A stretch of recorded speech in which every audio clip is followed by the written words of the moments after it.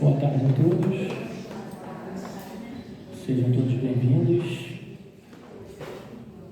ao nosso MEP na tarde de hoje, vamos dizer assim, especial, com o retorno das nossas crianças, dos grupos de estudo. Então é um retorno geral, vamos dizer assim, da casa em todas as suas atividades. Então tenhamos um sábado de muita paz, muita alegria, e uma tarde com a presença de Jesus em nossos corações. Nós vamos, antes de começar, lembrando, pedindo, por favor, que desliguem os celulares, tá? Porque durante a reunião realmente atrapalha. Nós vamos fazer uma leitura do livro Sinal Verde, psicografia de Chico Xavier, pelo Espírito André Luiz. Ante a oração. Acatemos na oração a presença da luz que nos descortina a estrada para a vida superior, sem prevalecermos dela a fim de queixarmos de outra, ou espancar verbalmente, seja a quem seja, quando a nossa comunhão com Deus e com a espiritualidade superior não seja possível em lugar à parte, no silêncio do coração, conforme a recomendação de Jesus. Então, meus amigos, nesse momento vamos procurar encontrar a paz em nossos corações, em nossos pensamentos e deixar vir até nós a presença do amigo Jesus. Obrigado, Senhor, por estarmos aqui em Tua companhia, nesta casa que nos recebe sempre de braços abertos, Senhor. Que Tu possas nos envolver com todo o Teu amor, com todo o Teu carinho, para que possamos aproveitar esses minutos em que aqui nos encontramos, procurando estudar, aprender, trabalhar, vivenciar a Tua doutrina, Senhor. Que Tu possas abençoar a cada um de nós que aqui se encontra, encarnados e desencarnados, te pedindo especialmente pelos nomes que foram colocados ali na cesta e também pelo nosso irmão João, que irá nos trazer os estudos da tarde. Que ele seja abençoado, Senhor, e amparado pelos mentores desta casa. Obrigado por tudo, amigo. Que tenhamos uma tarde de muita paz e que o Teu amor permaneça em nossos corações. Que assim seja, graças a Deus. Bom, meus irmãos, só esclarecendo para quem viu a escala, né?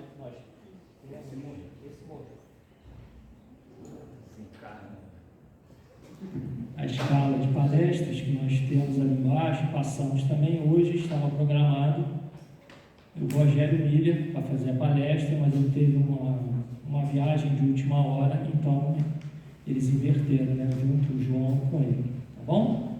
Só para deixar bem ciente. O João, então, vamos trazendo hoje O Bem e o Mal, o livro A Gênese, capítulo 3. Boa tarde. Então vamos nós na nossa viagem interplanetária. Bom, como nós vamos falar de um capítulo da Gênese, é importante que a gente retire exatamente o que está escrito nela, para a gente conseguir acompanhar o raciocínio. Então nós vamos falar da origem do bem e do mal. Então vamos começar no primeiro item. Sendo Deus o princípio de todas as coisas e sendo todo sabedoria, todo bondade, todo justiça, tudo que dele procede há de participar dos seus atributos, porquanto o que é infinitamente sábio, justo e bom, nada pode produzir que seja ininteligente, mau e injusto. O mal que observamos não pode ter nele a sua origem. Se o mal estivesse nas atribuições de um ser especial, que se lhe chame Ariname, que é um deus criado por uma cultura do zoroastrismo, quer Satanás, ou ele seria igual a Deus e, por conseguinte, tão poderoso quanto ele, e de toda a eternidade como ele, ou lhe seria inferior. Nos dois casos. No primeiro caso, haveria duas potências rivais, incessantemente em luta, procurando cada uma desfazer o que fizesse a outra, contrariando-se mutuamente. Hipótese essa inconciliável com a unidade de vistas que se revela na estrutura do universo. No segundo caso, sendo inferior a Deus, aquele ser estaria subordinado, não podendo existir de toda a eternidade como Deus, sem ser igual a este. Teria tido um começo, se fora criado, só poderia ter sido criado por Deus, que então houvera criado um espírito mau, o que significaria a negação da bondade infinita. Difícil, né? Então, da onde vem o mal? Porque se Deus é soberanamente justo, bom, é o único que é o único que teria condição de criar, que é o único criador. Se existisse a criação do mal por ele, todas as suas atribuições cairiam por terra. Então a origem não pode ser em Deus. Então fica esta dúvida: aonde está a origem do mal? Então vamos continuar. Entretanto, o mal existe e tem uma causa. Os males de toda espécie, físicos ou morais, que afligem a humanidade, formam duas categorias que importa distinguir: a dos males que o homem pode evitar e a dos que lhe independe a vontade. Entre os últimos, cumpre-se incluam os flagelos naturais. E aí? Agora a gente chega a um caminho a seguir. Se não é Deus, e ele aqui diz que o mal existe e tem uma causa, e existem duas situações, que são os males de toda espécie, físico ou morais. Então a gente já tem uma luz aí, tem um caminho. Eu acho que até o final a gente vai descobrir quem é que é responsável pela história. Existe a possibilidade do homem evitar, mas tem situação que o homem não pode evitar, que eles dizem que são os flagelos naturais. Então vamos refletir sobre esta situação. Será? Será? Não estou afirmando nada. Será que o responsável pelo mal é a limitação do homem? Será? Será que nós somos limitados e não conseguimos enxergar algo como natural e achamos que aquilo é o mal? Pode ser. Será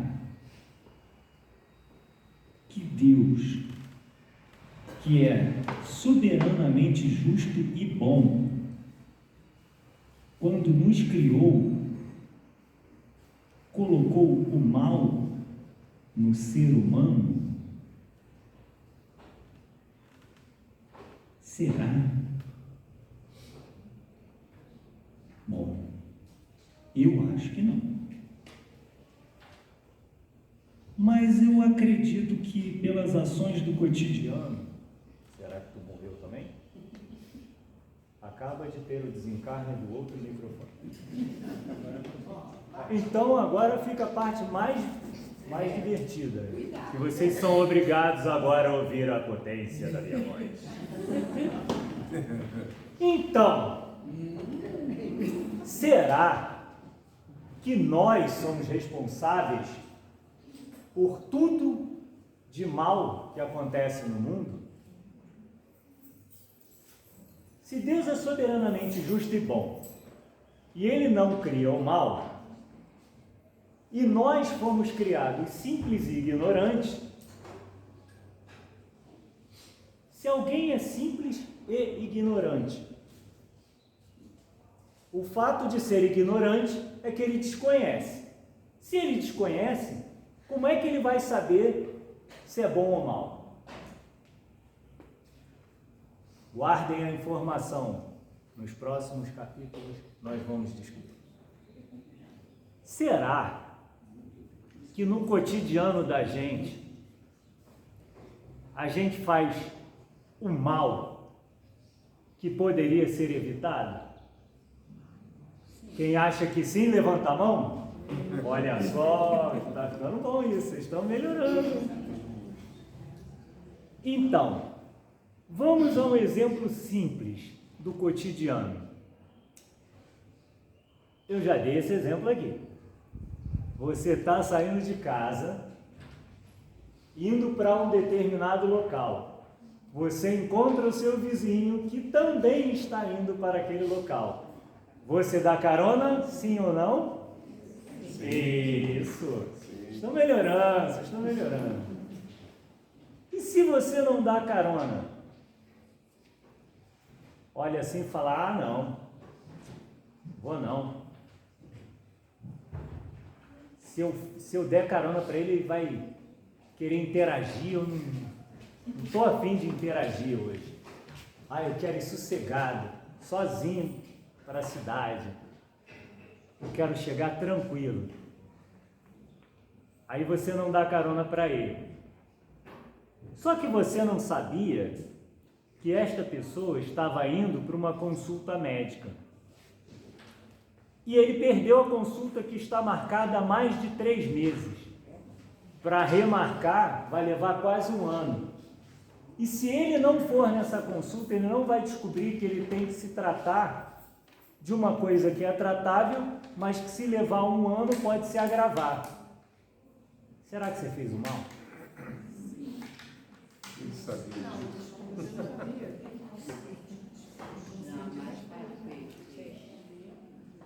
Mas conscientemente você negou a carona.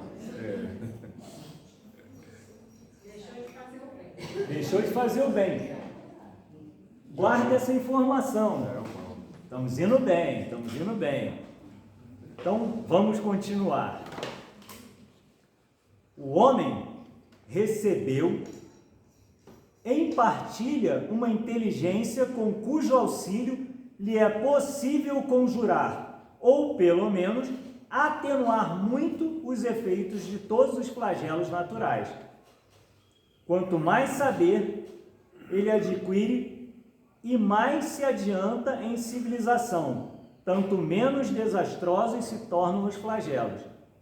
Com uma organização sábia e previdente, chegará mesmo a lhes neutralizar as consequências, quando não possam ser inteiramente evitados. Assim, com referência até aos flagelos que têm certa utilidade para a ordem geral da natureza e para o futuro, mas que no presente causam danos, facultou Deus ao homem os meios que lhes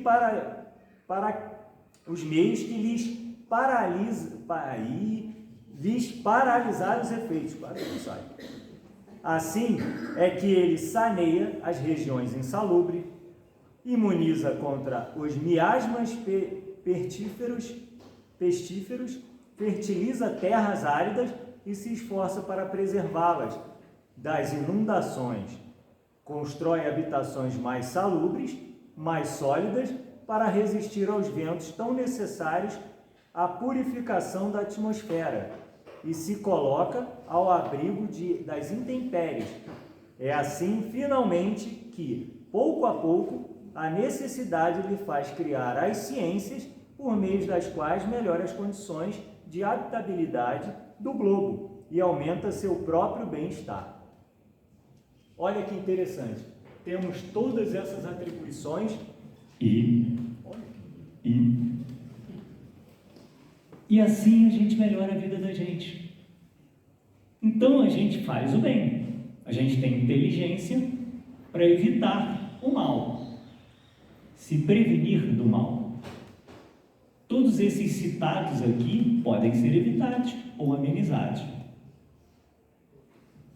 Vamos viajar pelo planeta. Nós estamos no Brasil, onde não temos, em tese, terremotos, furacões, não temos. Então, como é que a gente faz? Igual a história dos 3 porquinhos. O primeiro construiu uma casa de palha. Aí o lobo, que vamos chamar ele de vento, derrubou. O segundo construiu uma casa mais resistente. Veio o vento e derrubou. Mas o terceiro construiu uma casa de tijolos.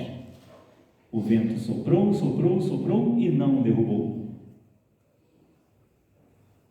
E a gente aprende com esses probleminhas? Vamos ver se a gente aprende. Moramos numa cidade serrana que quase não tem problema, quase não cai casa, quase não tem enchente e quase não desliza a terra. Isso aí é Jesus ligando para a gente aí, falar que tá abusando. Então, o que a gente faz? A gente pensa assim: vou construir minha casa num lugar seguro e vou construir a minha casa. Ali suporta. Não vai fazer não faz nada, não venta, não desaba. Vou melhorar a minha casa. Faz um segundo andar. O peso aumenta. Mas agora eu tenho mais tantas pessoas. Eu quero ampliar a minha casa. Faz um terceiro andar. Ficou mais pesado. Aí um belo dia falou assim: você está construindo? Então peraí que eu vou mandar um negocinho para ver se está bem construído. Mandou uma chuva, o alicerce não aguenta, e aí desce tudo, desaba tudo. No ano seguinte, eu vou lá, reconstruo a mesma coisa, e assim sucessivamente, todos os anos. Eu estou dando murro em ponto de faca. Onde está a inteligência, que ele cita aqui, que faz com que nós aprendamos com os erros, prestemos atenção no local, na natureza, nas mudanças, e não aprendemos? O mal não podia ser evitado ou amenizado? Por que não fizemos? Será que é alguém que fez o mal para a gente ou a gente que fez o mal por si só? Porque aqui ele diz que nós somos capazes de fertilizar a terra árida, de construir casas para melhoria, para melhor viver, amenizar o mal. E por que não fazemos? Vamos seguir adiante. Eu separei um trechinho aqui que diz o seguinte: a dor é o aguilhão que impele para a frente na senda do progresso. Quando a gente passa por essas situações, a gente se mexe. E se não desabasse nada.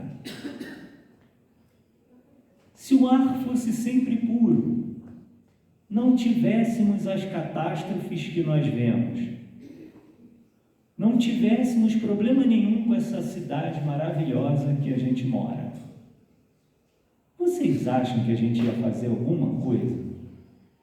Quem acha que se não acontecesse nada, se a cidade fosse tranquila, a gente ia se mexer? Levanta a mão. Vocês estão ficando espertos aí. A gente só se mexe porque dá ruim, porque dá problema, porque a gente vê dificuldade. Senão ninguém ia se mexer. A dor é o aguilhão que o impele para a frente na senda do progresso. Várias coisas foram descobertas por problemas. Exemplo simples, não muito distante, quando nós tivemos a pandemia, nós conseguimos produzir uma vacina em tempo recorde. Se não fosse assim, iriam levar anos e anos, às vezes décadas. Quantas vacinas e pesquisas estão aí em andamento que já poderiam ter sido concluídas e só não foram porque o interesse não é global. Mas como a zebra era no mundo inteiro, aí o povo pulou. Não, tem que resolver isso. Como é que vou ser exterminado? Eu não posso morrer aí, ó. Corre para resolver. Todo mundo se uniu para produzir. Por conta da dor. Porque ali atingia a todos. Não eram só os vulneráveis. Era a todos. Vamos continuar. Deus promulgou leis plenas de sabedoria, tendo por único objetivo o bem. Encontra o homem tudo o que lhe é necessário para cumpri-las. A consciência lhe traça a rota. A lei divina lhe está gravada no coração. E, ademais, Deus lhe lembra constantemente por intermédio de seus messias e profetas, de todos os espíritos encarnados que trazem a missão de o esclarecer, moralizar e melhorar, e nestes últimos tempos, pela multidão de espíritos desencarnados que se manifestam em toda parte. Se o homem se conformasse rigorosamente com as leis divinas, não há duvidar de que se pouparia aos mais agudos males e viveria ditoso na terra. Se assim procede, é por virtude do seu livre-arbítrio. Sofre então as consequências do seu proceder. Então, estamos constatando que o homem é livre para escolher. Mas ele tem que assumir a responsabilidade que escolheu. Não pode chegar e botar na conta do vizinho. Vocês lembram que quando a gente fala em leis gravadas em consciência, a gente pensa nas atrocidades e asneiras que nós fazemos ao longo da vida. Porque quando a gente é pequeno, a gente não lembra de muita coisa. As leis estão gravadas lá. A gente sabe o que é certo e o que é errado. Mas a gente esquece. Está lá, adormecido. A gente vai crescendo. E a gente vai sendo orientado. A gente vai vendo. Algumas coisas nos incomodam e outras não. Então a gente sabe o que é certo e o que é errado. Enfiar o dedo na tomada não é boa coisa. Então a gente sabe que não pode enfiar o dedo na tomada que vai dar choque. Mas a gente enfia. Porque a gente é pequeno. E o dedo cai. Hoje em dia não dá mais. Mas, quando a gente cresce e continua querendo enfiar o dedo na tomada, é uma escolha nossa. E por que a gente não para de enfiar o dedo na tomada? Se nós somos inteligentes, se temos as leis gravadas, poderíamos parar de enfiar o dedo na tomada. Mas todo dia sai de casa um malandro e um tolo. Quando eles se encontram, tem negócio. Aí esse que é malandro acha que é malandro. Só que sempre vai existir alguém mais malandro que ele. E quando a gente encontra uma pessoa que não é conivente com as coisas que a maioria acha que é certo, essa pessoa é estranha. Por que você pensa assim? Aí muitos poderiam dizer, é uma questão de cultura. Pode ser. Muitos dos povos considerados os mais educados, os países com a melhor economia, melhor educação, são também os que mais retiram a vida, mais abandonam os seus, mais se isolam. E por que para a gente é maravilhoso morar nesse país? Que todos nós estamos lascados. É sério. Está todo mundo lascado aqui. Você vê, você sai de casa, um belo dia, volta para casa, faltou luz. Porque um caminhão passou, arrebentou a fiação, você ficou sem luz, ele olha, nós estamos sobrecarregados, não dá para consertar agora, a previsão de conserto é de 24 horas. E você com a geladeira cheia, aquele negócio vai descongelar, e aí? Você sai de casa um belo dia e tem um conserto na sua rua do encanamento, ficou sem água. Olha, a gente vai fazer o possível, mas é porque a gente está com escassez de mão de obra e vai demorar um pouco, porque os atendimentos são muitos. Mas vocês nunca passaram por isso, eu acredito. Nunca.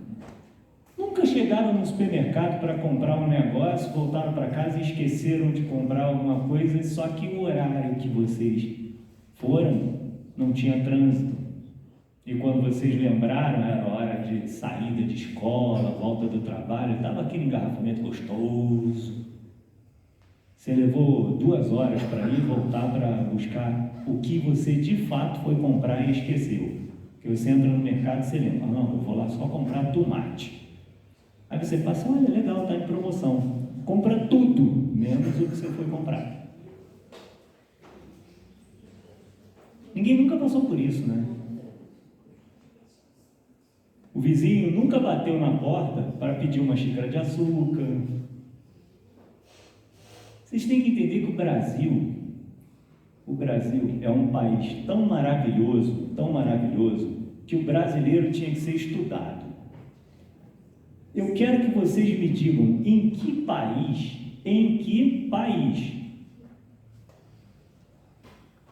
você tem um equipamento em casa, esse equipamento quebra, dá um defeitinho, quebra um botão, e você com um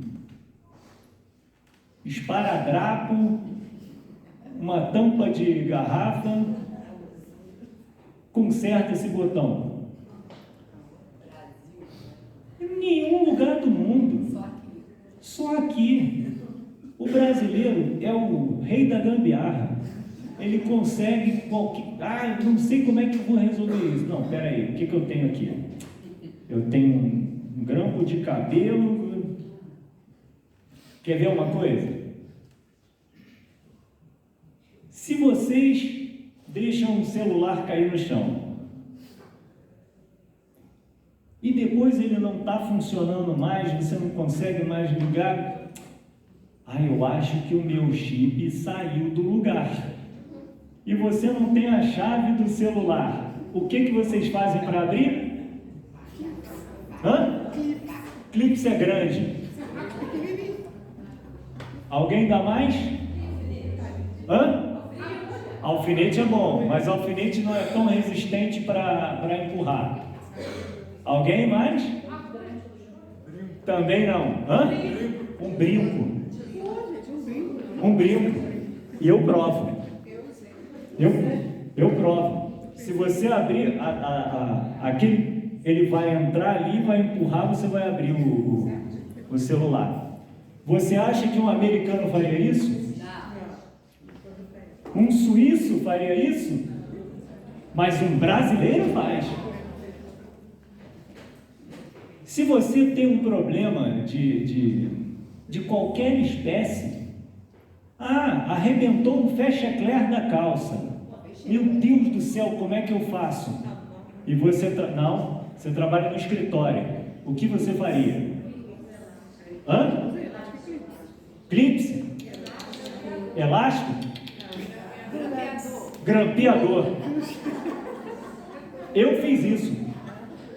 Eu grampeei a minha calça porque arrebentou o fecha-eclair. Era o que eu tinha. A gente se vira com o que tem. E eu garanto que muitos aqui já quebraram haste de óculos, meteram esparadrapo. Durepox é um negócio que nem se menciona, porque isso já serviu para tanta coisa. Sabe essas suqueiras de lanchonete? O acrílico de uma estava vazando. Pessoal, meu Deus, como é que a gente vai fazer? Fita silver tape. Sabe aquela que sequestra? Aquela prateada? Aquilo serve para qualquer negócio. Veda aquário, prende gente, cola o que tapa buraco em parede, isola cano. Isso daí, gente, é o que o brasileiro faz, ele se vira com o que tem. E a gente é bom nisso. Por isso que o brasileiro tinha que ser estudado. Então, por que a gente insiste em fazer o errado? Se a gente é tão criativo para fazer o bem? Eu não entendo isso. Eu queria muito entender por que a gente continua fazendo o errado. Se você pensar que você foi criado simples e ignorante, e você está a caminho, e você já aprendeu bastante coisa, por que a gente continua se lascando? É por isso que a gente vai entrar agora num outro item que se chama o instinto e a inteligência. Quem acha que é melhor ter instinto, levanta a mão. Quem acha que é melhor ter inteligência, levanta a mão. E quem não levantou a mão falou, isso é pegadinha, ele vai me lascar. E estão certos. Vamos ver por quê. O instinto é a força oculta que solicita os seres orgânicos a atos espontâneos e involuntários, tendo em vista a conservação deles. Qual é a primeira coisa que você faz quando você está andando, tropeça? Detalhe, tem que deixar bem claro, você está natural. Você não está sob efeito de medicamento, nada disso. Natural. Você está andando naturalmente pela rua. Tropeça e vai cair. Qual é a primeira coisa que você faz quando está caindo? Tentar segurar alguma coisa para não cair ou botar a mão para apoiar. É por isso que o que a gente quebra primeiro quando cai? É o braço, a mão ou o nariz? Porque você se ralou todo para se proteger. É um instinto de preservação. Se alguém vai te atacar, a primeira coisa que você faz é se defender, botar. Quando isso não acontece, é porque você não percebeu. É assim que é feito o estudo de acidente. Se por acaso aconteceu um acidente, vamos colocar um acidente de carro. Se você pelo menos não tem uma lesão nesta região, é porque você não estava de cinto. Porque a primeira coisa que vai acontecer no tronco é você... E dependendo da cor da lesão, você disse que aconteceu no dia, a coloração diz quantos dias aquilo aconteceu. É por isso que muita gente gosta de inventar a moda aí da roupa seguro e acaba se lascando. Porque existe uma cronologia. E isso é preservação. A gente, se cai, tenta apoiar. Se alguém vem bater na gente, é instinto. E aí muita gente diz que a inteligência é melhor. Só que não é bem assim. A inteligência se revela por atos voluntários, refletidos, premeditados, combinados, de acordo com a oportunidade das circunstâncias. É incontestavelmente um atributo exclusivo da alma. Todo ato maquinal é instintivo. O ato que denota reflexão, combinação, deliberação é inteligente. Um é livre, o outro não é. Então a inteligência é livre. Mas quem disse que aquele ato inteligente realmente é um ato inteligente? Porque eu conheço muita gente muito inteligente que não bota a chave na fechadura, porque é muito inteligente. Então está preocupado com determinadas situações.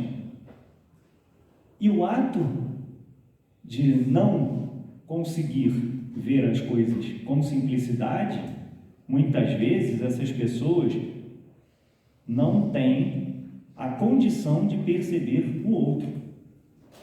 Por conta da sua inteligência, se isola, porque se acha melhor do que o outro. Acha que o outro não é capaz de conversar, de entender. Então isso é muito complicado. Então a inteligência é um ato, muitas vezes, isolado. Se você não tiver o instinto, porque o instinto sim, ele não é livre, ele vai acontecer. Se alguém vier atacar, é só pegar quem tem bicho, sabe disso. Se ele está acuado, ele te ataca. É o instinto de defesa dele. Mas ele não vai te atacar se ele não tiver necessidade. Por exemplo, você está andando pela rua e você se depara com um ratinho desse tamanho assim, caminhando pela calçada. Se você não fizer nada, ele vai fugir de você e vai embora. Agora, se tu partir para cima dele, ele vai falar, ó, aqui não, vai ficar em pé, mostrar os dentes bonitos dele e vai querer te atacar. Quem é o mal na história? O rato ou quem está tentando atacar o rato? Quem não estava fazendo nada, ele estava passando por ali. Isso é instinto de defesa dos dois lados. Acontece que um dos dois lados é racional, mas a razão acaba na hora que vê o rato. É igual gente que não gosta de barata, não pode ver uma barata. O instinto de preservação, é o melhor de todos. Tem muita gente que tem o melhor instinto de preservação quando vê uma barata, que é matar ela no grito. Eu estou mentindo? A barata está ali, parada, a pessoa só grita. Ela nem mata a barata nem foge, ela só grita. Mas não é verdade? É barata, é aranha. Agora, o mosquito, coitado, ele não tem vez. Você vai lá e mata ele. E ele nem estava ali te vendo, ele estava só pela área. Eu falei, mosquito danado, você vai me morder. Ele nem sabia que você estava ali, você vai lá e mata ele. O ser humano é inteligente. Mas por que o ser humano é o único bicho que mata sem ter motivo? E ele é inteligente. Alguém alguma vez já viu um gato andando na rua e você passando, ele pula em cima de você e quer te matar? Eu nunca vi. Leão só sai para caçar porque ele tem que comer. É o instinto de sobrevivência dele. Ontem eu estava vendo a reportagem de uma situação que é bem inusitada, mas tem os seus motivos. O cara saiu com o carro, debaixo do carro tinha uma jiboia de 4 metros. Estava ali. A população filmando o negócio, falando, meu Deus, uma cobra, não sei o quê. Erraram até o nome do bairro. Aí pegaram, conseguiram, não mataram a cobra, botaram a cobra naquela casinha de transporte e provavelmente chamaram o órgão responsável para poder levar. Tá certo, mas o que a cobra estava fazendo ali? Se a cobra estava ali, é porque alguém invadiu o espaço dela, ela estava ocupando o espaço da cidade, crescendo desordenadamente, invadindo o espaço de floresta. É o que mais vê.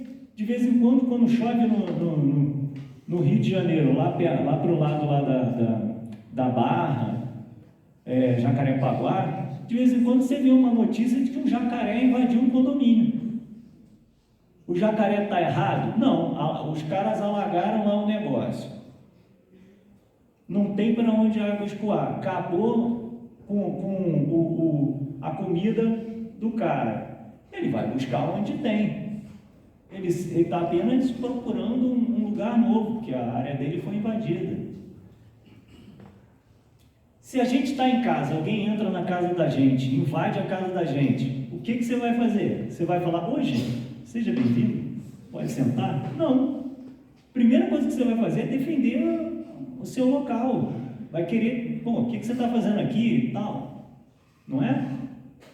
Mas nós somos seres racionais, nós vamos sentar e conversar. Olha, meu querido, você não deveria estar aqui e tal, é isso que a gente vai fazer? Outro já vai vir com um taco de beisebol já e dá uma ideia do... Sai daqui, é ladrão, né? Por incrível que pareça, existem algumas situações que são tensas no momento, mas depois se tornam engraçadas. Alguém aqui já tentou abrir o carro errado? Viu? Alguém aqui já entrou no carro errado, achando que é... O pior é quando abre. O pior é quando abre e você entra... Ué, tá diferente. Hoje em dia é mais difícil, mas antigamente, só para... Eu acredito que ninguém vai tentar fazer isso. Qualquer um de vocês que quiser fazer a experiência e encontrar um para fazer, e tiverem um habeas corpus preventivo ou um bom advogado, eu recomendo chave de casa na mão. Encontrem um Fiat 147, qualquer chave abre aquele carro. Qualquer um. Qualquer chave abre. Não façam isso, mas qualquer chave abre. Por que eu sei disso? Porque antigamente era muito fácil você trancar a chave dentro do carro. E aí você tenta abrir. Aí um amigo meu falou assim, não, peraí, levantou. Eu falei, como é que você abriu isso? Eu falei, cara, qualquer um abre esse carro. Essa fechadura, às vezes o tambor de porta de casa, você bota uma chave que não é dali, abre. O segredo do tambor, né, do código da chave, que negócio com o tempo vai gastando e uma hora abre. É por isso que chaveiro o chaveiro faz um curso para ser chaveiro e ele tem um registro. Porque se por acaso abrir, cada um tem uma ferramenta específica, existe um código para poder o cara abrir. Senão você imagina a quantidade de gente que ia fazer curso de chaveiro para entrar na casa dos outros? É muito sério, é muito sério. E somos todos inteligentes, né? Só que ser inteligente e você ter a sua moral, né, equilibrada, educação, isso é outra história. Saber o que é certo, o que é errado, que são as leis gravadas. Lembra que a gente falou que, olha, guarda isso aí que isso vai ser útil. Essas situações, elas acontecem porque a gente ainda está em caminho. Então, por que a gente não escuta o instinto e acha melhor sempre ficar com a inteligência? Quantas vezes a gente estava andando na rua e pensou assim, acho melhor não ir por aqui, acho melhor ir por lá.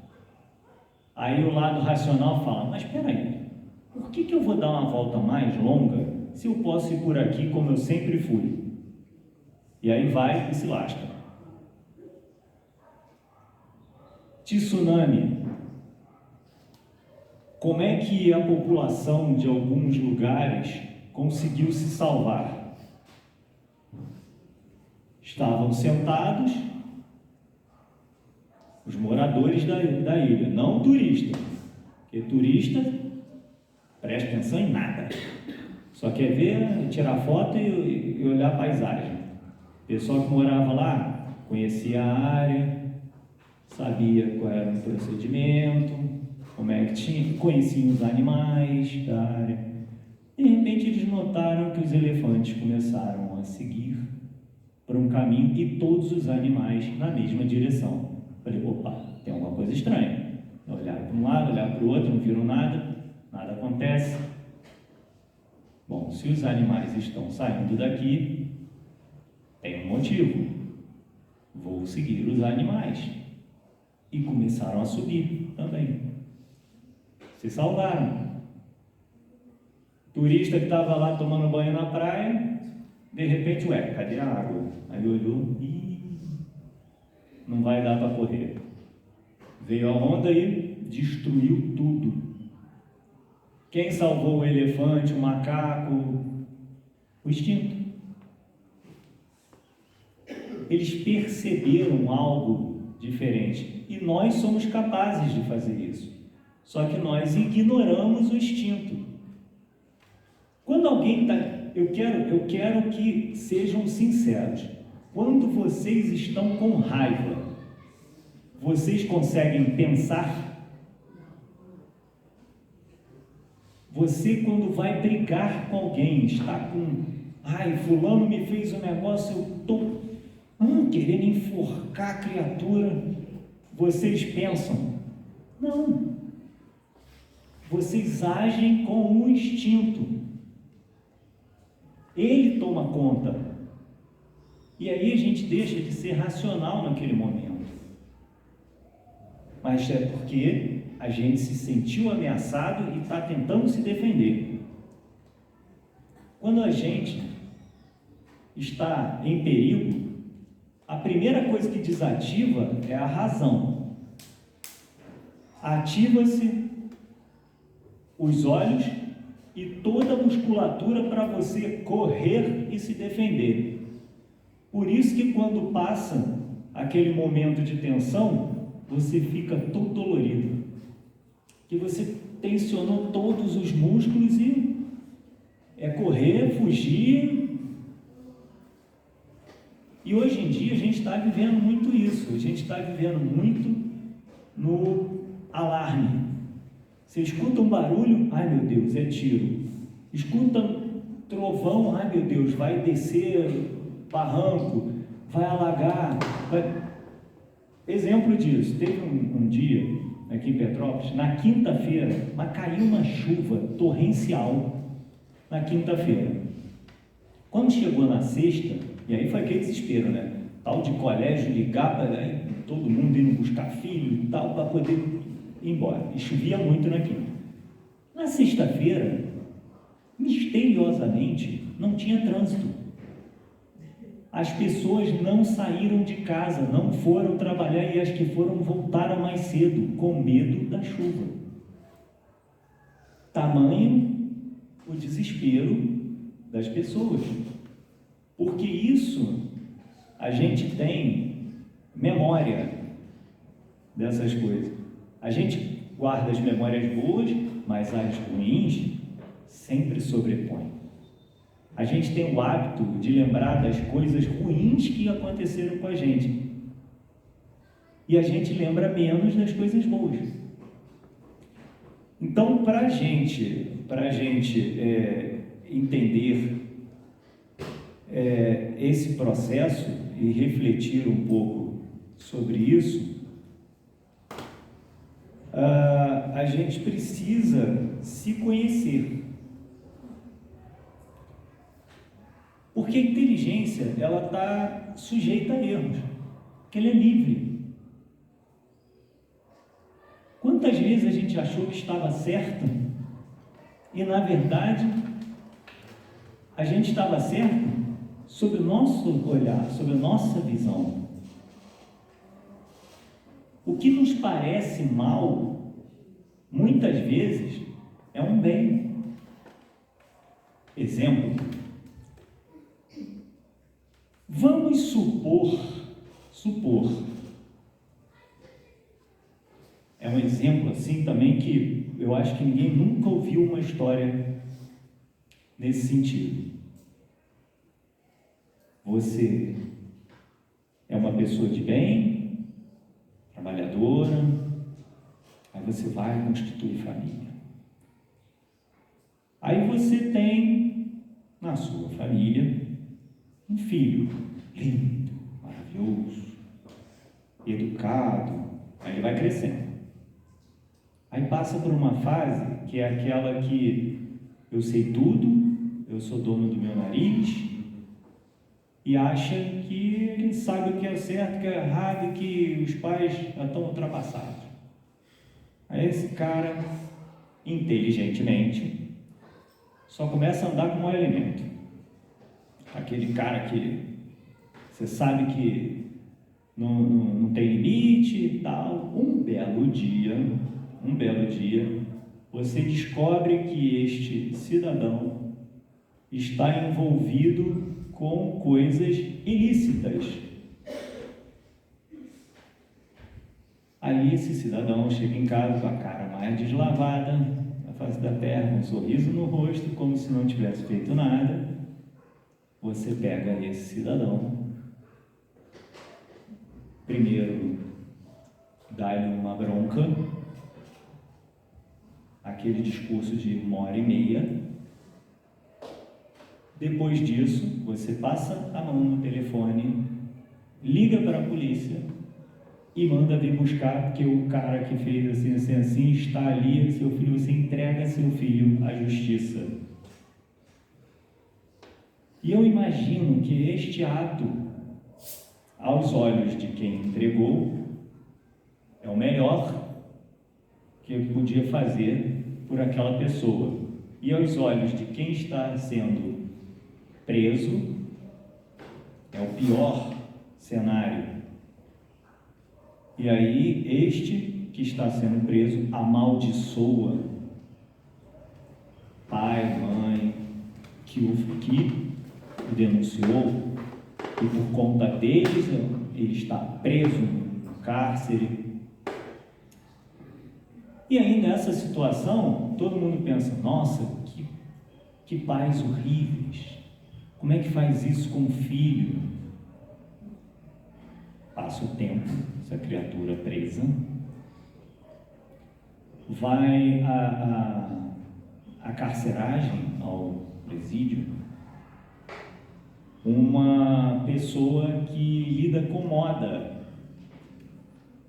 e vê esse rapaz, ele, lindo, ela olha para ele e pergunta, né, o que ele fez e tal, e aí é relatado por que ele está ali, e aí ele cumpre a pena, que não era grande, porque era réu primário, e depois que cumpriu a pena, ele é convidado a ser modelo fotográfico. E aí nunca mais fez nada de errado e se tornou um modelo famoso e tal, ganhou o seu próprio dinheiro, e aí ele consegue enxergar no ato da mãe o bem, porque se ela não tivesse feito isso, ele duraria uma semana, um mês, um ano talvez. Poderia ser morto num confronto com a polícia ou alguma facção rival. Por ele ter sido preso e a mãe ter feito o que fez, ele se tornou modelo, ele foi visto e ganhou espaço. Começou a ter um trabalho honesto, né, e ganhou a sua vida. Então, quando muitas vezes a gente age de determinada forma, seja com o filho, com o pai, com a mãe, ou até com o vizinho, com o amigo, aos olhos de cada parte, um está fazendo bem e o outro está fazendo mal. Mas, na verdade, o mal, ele não se torna mal por maldade. Eu quero, né? Aquilo dali, muitas vezes, é necessário, porque nós somos limitados, nós encaramos como mal. Mas vocês acham que Deus joga dados? Não. Ele fala assim, vou fazer esse aqui, sofrer e aquele ali. Não. Por que será que aquela criatura está passando por aquilo?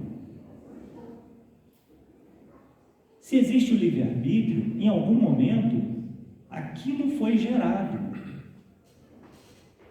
Nada é por acaso. Então, o que parece mal é apenas a recuperação de alguma coisa. E o mal é a ausência do bem. O mal não existe. Assim como a escuridão é a ausência de luz. Então a gente não pode encarar determinados atos como mal.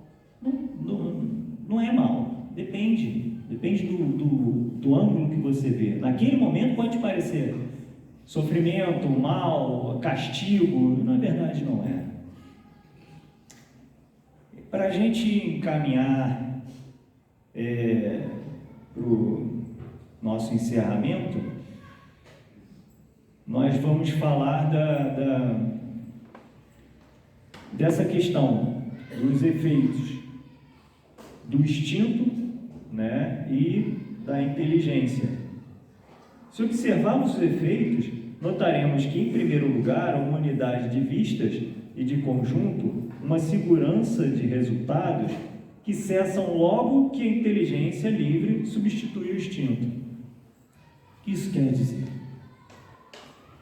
Que quando a gente deixa de confiar no nosso instinto, e mãe chama isso de sexto sentido. Meu filho está lascado, eu sinto que ele está numa situação ruim. E aí ele chega de repente em casa e você olha assim, no semblante você vê que tem alguma coisa estranha. Não é inteligência isso. Isso é um instinto que une as espécies.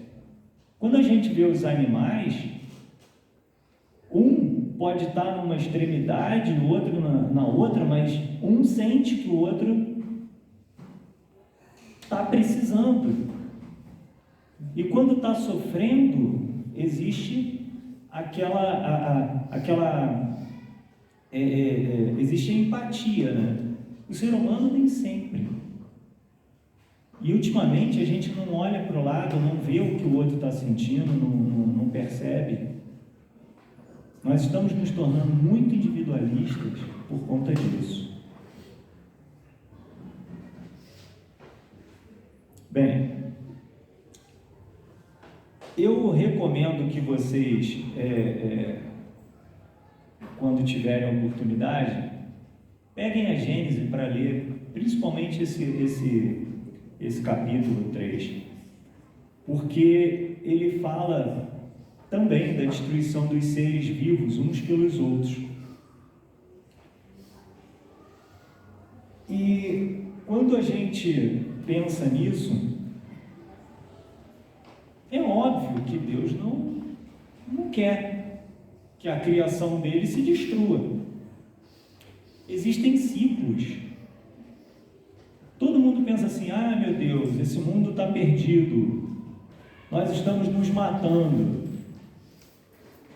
Mas para que haja um equilíbrio, é necessário que nós observemos aonde nós estamos e como está sendo transformado o mundo.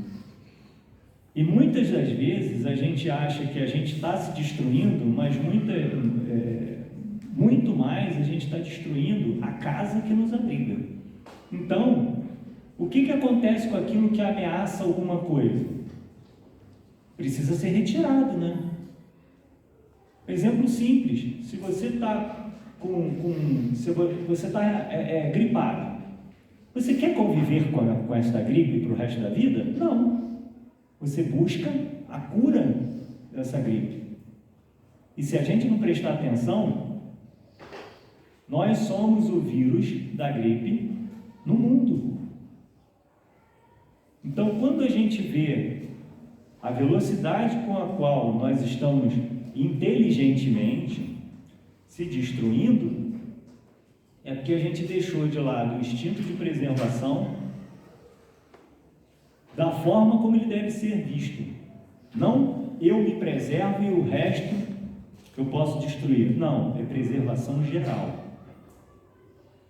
Então vamos pensar nisso. Eu recomendo que vocês leiam esse capítulo, tem uns trechos interessantíssimos, e que pensemos que para sermos substituídos não é difícil, porque na criação do mundo nós não fomos os primeiros a ser criados, nós chegamos muito tempo depois. Então, primeiro, a gente precisa se ambientar novamente com o local que nós estamos, olhar a beleza que nós temos, tudo aquilo que nos foi emprestado e cuidar do nosso corpo, da nossa cidade, do nosso planeta. Porque enquanto nós observarmos que algo no mundo está nos fazendo mal, é porque ele foi gerado por nós mesmos. Aquilo que a gente vê e reconhece no outro é porque a gente tem. Ninguém sabe o que é uma coisa se já não viveu aquilo, se já não passou por aquilo, se não é aquilo. Então, muito obrigado a vocês, uma boa tarde a todos, e eu espero que tenha sido um bate-papo muito proveitoso e que saiam daqui refletindo e curiosos para ver o resto. Leiam o livro inteiro, mas em especial esse capítulo que fala muito da gente. Obrigado. Bom, nós agradecemos ao João pela apresentação, pelo estudo e pelo trabalho que nos trouxe, né? E fica a dica, não só da Gênesis, mas para todas as obras básicas. Pedi uma hora para fazer a nossa prece de encerramento, que as crianças daqui a pouco estão ali na porta para entrar, e aí em seguida a aplicação do passe. Então vamos elevar mais uma vez os nossos pensamentos e em prece agradecer esse momento de aqui estarmos reunidos, encarnados e desencarnados, em nome de Deus, em nome de Jesus, em nome dos nossos guias, da espiritualidade amiga da UNEP, porque, Senhor, temos a certeza que Tu nos atendeste a cada um de nós aqui. Temos a certeza, Senhor Jesus, que na tarde de hoje sairemos agraciados, Senhor, amparados, recuperados de questões que nem sabemos tê-las, Senhor. Mas, sobretudo, queremos agradecer pela vida, o estado em que estamos, agradecer pelo nosso momento atual, pedir pela nossa União Municipal Espírita de Petrópolis, proteção e amparo, pedir por nossos lares, nossos familiares, pela nossa sociedade, Senhor, por aqueles que sofrem onde quer que estejam, nos presídios, nos hospitais, nos abrigos, aqueles que, por algum motivo, não Te conhecem, Senhor, ou então não estão tendo a oportunidade de ter contato com o Teu Evangelho, mas, sobretudo, Senhor, pedimos pela paz, e que essa paz, Jesus, possa começar por nós, Senhor. De coração pedimos, Senhor, que cada um aqui saia com o que veio buscar. No mais, Senhor Jesus, nos proteja, nos ampare. Te pedimos, Senhor, que Tu possas sempre ficar conosco. Aliás, Tu sempre estás conosco, mas que nós possamos sempre estar contigo, Jesus. Que assim seja. Graças a Deus.